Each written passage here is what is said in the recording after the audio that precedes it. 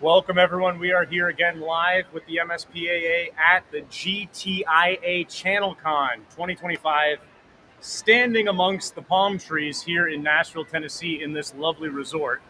I'm here with Matt Yesbick from MSPX. Matt, Yes. Welcome to the show. Thank you, Mike. Okay, in prep for this, we were talking about something fun. Tell all the listeners what you're trying to accomplish with your new startup, MSPX. Yeah, so MSPX is the first marketplace for the buying and selling of managed services contracts. What we're trying to do is we're trying to give MSPs large and small a way to either pick up contracts or to divest those contracts rather than just having to fire a customer and deal with the bad word of mouth and fallout that comes from that. And why leave money on the table? A contract is more than a commitment, it's currency. Okay, where did this idea come from? Why'd you get into the game? Great question. The idea was actually born out of necessity. My business partner was working at a small MSP. He was the director. He analyzed his book of business. As often good MSPs will line up their A, B, and C customers. He had identified 4 or 5 that needed to be let go, primarily because of low or no margin, and they just would not have come along for the ride to have that bump in their monthly MRR. So he took to the internet to figure there's got to be a place where I can release these customers without risking bad word of mouth, get some money from it, and safely transition them to a vetted MSP. He found nothing. He contacted me. We had a deeper search, and we realized we had found a white space in the channel, and we decided to solve for it. What do people do now? Currently, this type of transaction or contract swap has been happening for decades. It's nothing new. It happens all over the world amongst MSPs, but primarily it's message boards, it's forums, it's peer groups, things like that. Your buddy. Yes, your buddy, and sometimes your competitor in your own backyard that you have befriended and said, hey, I'm getting ready to fire a customer, I'm going to recommend them to you. And if they happen to come over, I'd appreciate a cut. So again, very informal, insecure, kind of shady. Yeah, sure. And maybe even just painful. Absolutely, time consuming. Like, if you don't know that many people, then you're left in this limbo where emotionally you don't want to have this client, which I'm sure is compromising the value delivery. Yes. But you can't find anyone to give it to. So you either have to just let them go off on their own, which no one really wants to do, or you sit with it. Exactly. Okay. Right. So the alternatives are a lose-lose, right? Right. The client loses because they're secretly hated and they don't know that, and the value diminishes until they'll just quit. Yeah. Which is worse for the MSP. It is. Okay. Bad word of mouth. What do you think is going to be the primary dynamic here? Is it going to be large MSPs offloading clients as they grow, or is it like the small MSPs swapping? What do you think the primary use case is? Yeah, I think you nailed it there. It's going to certainly be the larger MSPs that are probably up around that $10 million mark that on a quarterly basis probably go through their portfolio of clients and line them up A, B, and C, and then they cut accordingly. Now this just gives them a way to offload those contracts and to make money for it, and really to serve the community underneath them from which they came eventually they came from. They came from. As you grow. Exactly. So they're giving back to those smaller MSPs that are either just starting out or maybe trying to break above that $2 million ARR threshold. And so by releasing those smaller customers that are maybe 5, 7, 10 seats that are just too small for you anymore, there's another MSP out there that would eat that up and would absolutely be a profitable customer to take on. Okay, so this begs the ultimate question. How are these contracts valued at this stage? Yes.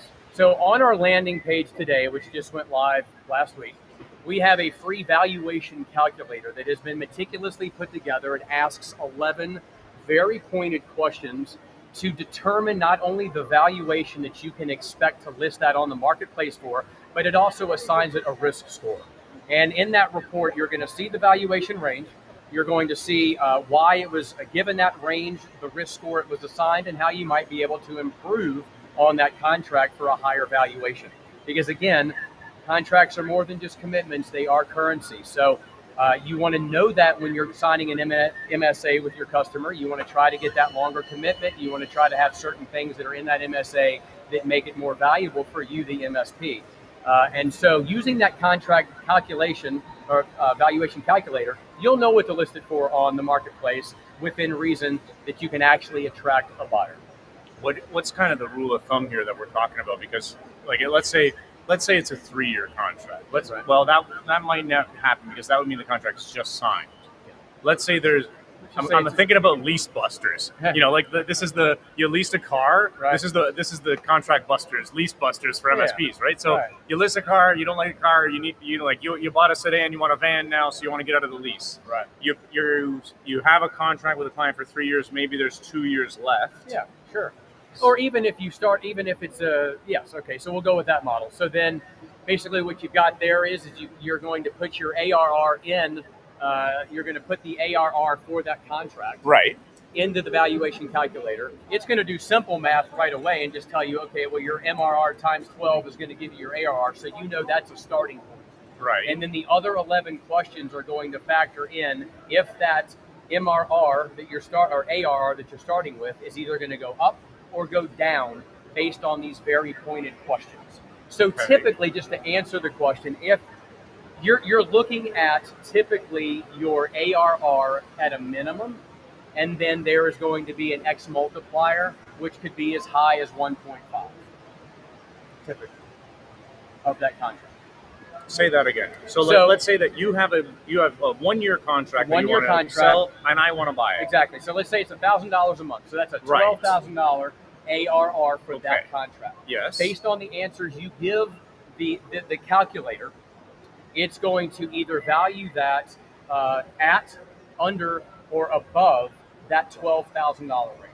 So your ARR is You're saying always that your you starting think that point. I'm going to buy a $12,000 contract for $12,000? You very well, depending on all of the scenarios that are given in the contract, you may very well. Now you may go lower. I mean, again, think about this as an eBay system where you are buying and selling. So you have a bid or a buy now, right? So the seller has the option to start that contract at whatever price point he wants, and he's got a minimum threshold that has to be met. So, you may have to manage expectations because he's asked too much for it, and that's okay. And I would think that there's going to be some depression of the ARR as a lump sum. First off, time value of money. Yep. Secondly, guarantee of money. Third, this client has been identified as a non-ideal client for somebody.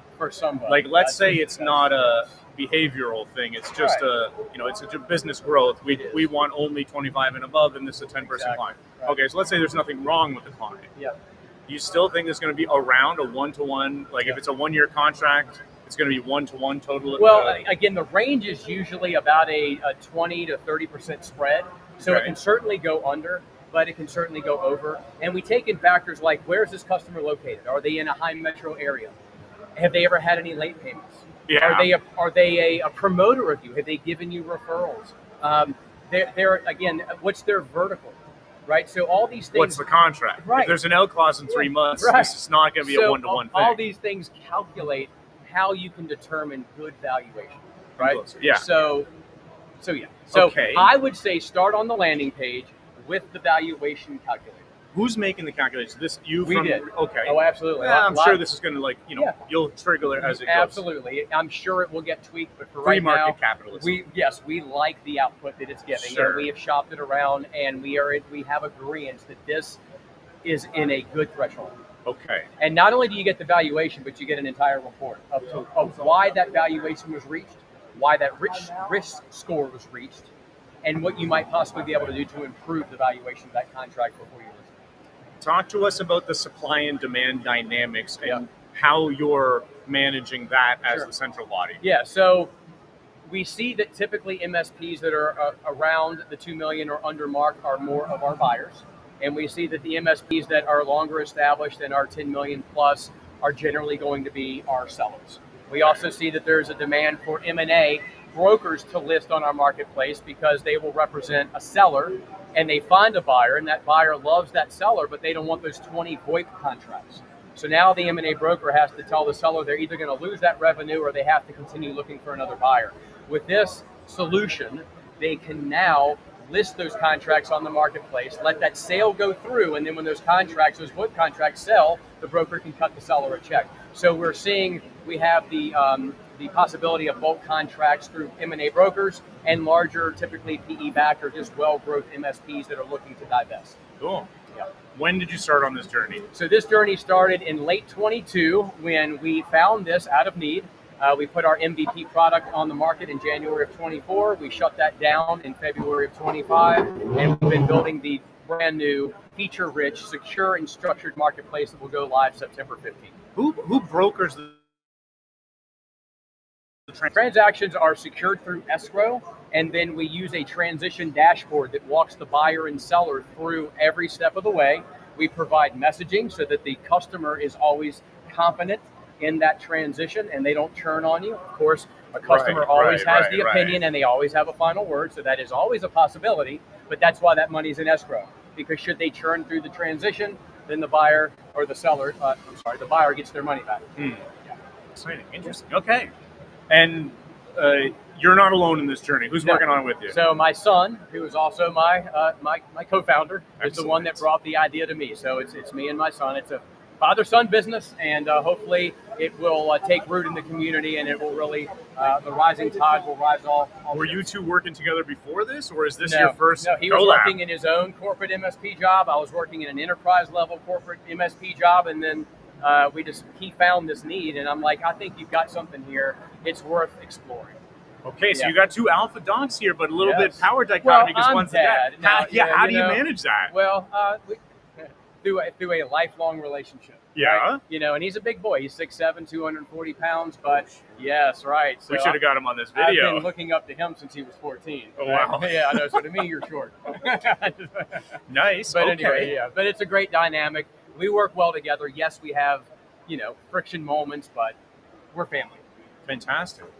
Okay. How can they find out more about you, Matt? Yes, absolutely. Go to www.mspx.store.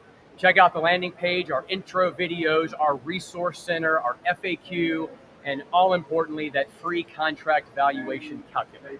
All right. Okay, last takeaway notes. Say one piece of camera to the $10 million MSP that has the problem that you want to solve, and then do another one for the smaller MSPs that looking to take advantage of this. So for you larger MSPs that are always analyzing your portfolio to make sure that you are profitable, those C customers are gold to another MSP that's below you.